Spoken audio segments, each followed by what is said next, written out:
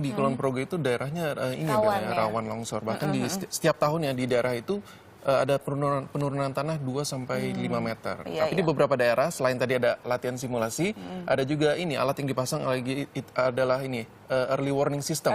Pada saat ada pergeseran tanah. Iya. Dan itu memang perlu dilakukan oleh warga yang hidup di sekitar situ ya untuk Betul antisipasi. Sekali. Dan kita beralih ke informasi Haji 2015. Ratusan tenda sudah siap menampung 150.000 lebih jemaah calon haji Indonesia di Arafah. Ya, selain itu petugas haji juga menerjunkan 51 petugas keamanan untuk mengamankan jalannya wukuf.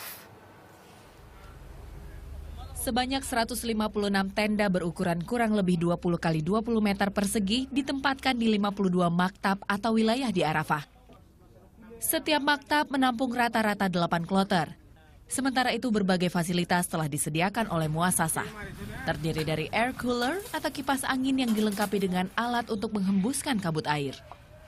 Kipas disiapkan untuk mengurangi hawa panas di Arafah yang diperkirakan berkisar antara 45 hingga 50 derajat Celcius.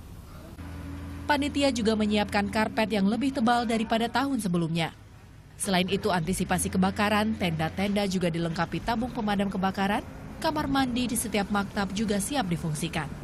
Sementara untuk menjamin keamanan dan memastikan kegiatan selama di Arafah berjalan lancar, Panitia Penyelenggaraan Haji Indonesia terjunkan 51 petugas keamanan, terdiri dari 22 personel polisi dan 29 dari TNI.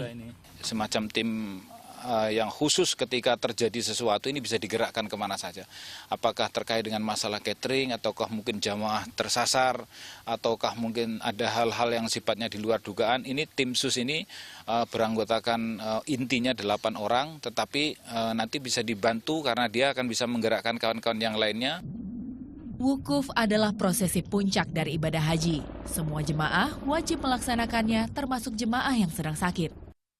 Dijadwalkan jemaah calon haji Indonesia akan bergerak secara bertahap dari pemondokan mulai 22 September atau 8 Zulhijjah.